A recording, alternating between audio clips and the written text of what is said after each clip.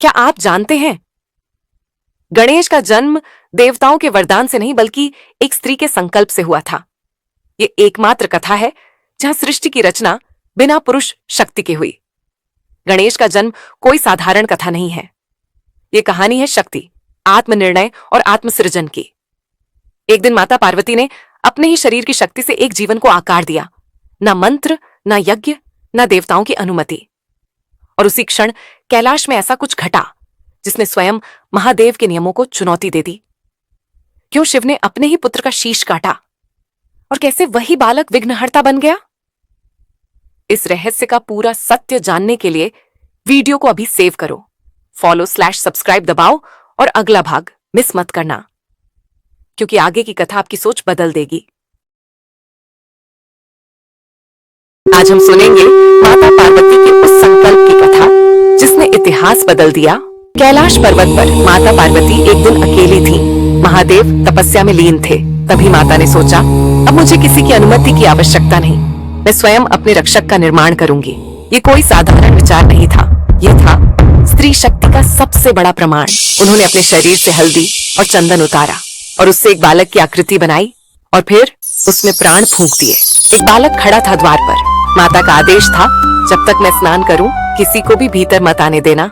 लेकिन यहीं से प्रारंभ होता है एक ऐसा संघर्ष जो देवताओं को भी हिला देगा। आगे क्या हुआ? अगर आप जानना चाहते हैं उस बालक का आगे क्या हुआ, तो इस वीडियो को अब भी लाइक करें और फॉलो करें, क्योंकि अगला भाग और भी रहस्यमय है। बहुत कम लोग जानते हैं, गणेश का जन्म किसी पुरुष देवता से नहीं बल्कि शुद्ध चेतना और शक्ति से हुआ था। वह एकमात्र देव हैं जो बिना किसी पिता के उत्पन्न हुए। शरीर से जीवन की रचना पार्वती ने अपने शरीर के उपटन से एक बालक का निर्माण किया। उसमें प्राण फूंके और जन्म हुआ गणेश का, स्वयं की शक्ति से जन्मा पुत्र। ये केवल जन्म नहीं था, ये घोषणा थी कि सृजन के लिए अनुमति नहीं, संकल्प चाहिए। और तभी पहली बार संसार ने देखा मां की शक्ति से जन्मा भगवान। अगर तुम्हें लगा कि गणेश की कहानी सिर्फ एक कथा है, तो तुम असली रहस्य से अनजान हो। ऐसे और रहस्यमय तथ्य जानने के लिए अभी फॉलो या सब्सक्राइब करो और इस वीडियो को शेयर करो, ताकि हर कोई जाने गणेश सिर्फ देव नहीं, एक चेतना है। बहुत कम लोग जानते हैं, गणेश केवल विघ्नहर्ता ही नहीं, वे इतिहास के पहले द्वारपाल भी थे।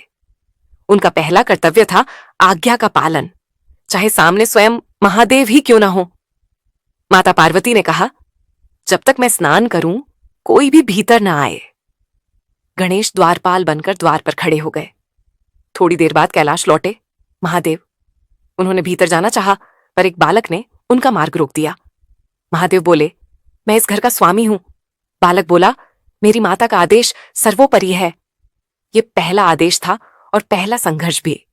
शिव का क्रोध भड़का और वही हुआ जिसे आज भी संसार गणेश की महान बलिदान कथा के रूप में जानता है। एक बालक ने ईश्वर को भी रोका, क्योंकि उसके लिए माता की आज्ञा संपूर्ण ब्रह्मांड से बड़ी थी।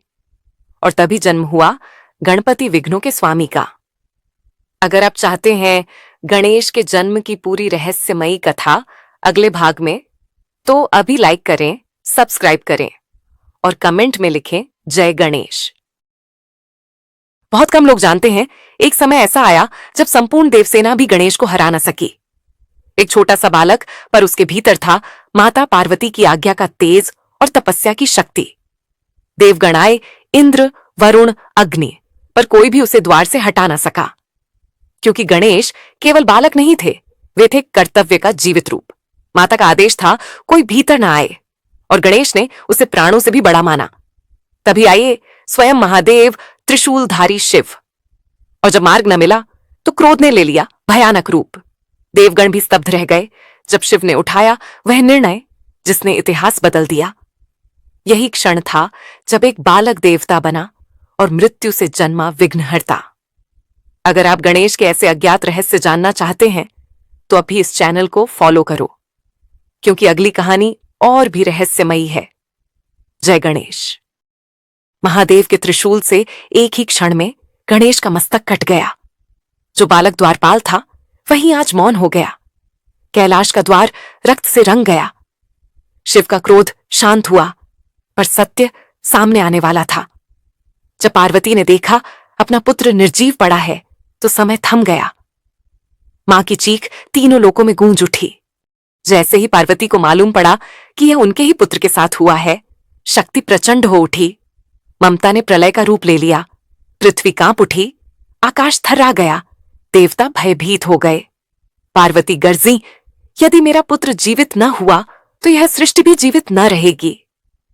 उनके आंसुओं में विनाश की अग्नि थी। उस क्षण महादेव समझ गए यह युद्ध किसी असुर से नहीं, यह युद्ध एक मां के दुख से है। और तभी संपूर्ण ब्रह्मांड की रक्षा के लिए एक निर्णय लिया गया, गणेश के पुनर्जन्म का निर्णय। शिव ने समस्त देवताओं के बीच घोषणा की, आज से गणेश होंगे प्रथम पूज्य। कोई यज्ञ आरंभ न होगा, कोई कार्य सफल न होगा जब तक गणेश का स्मरण न किया जाए।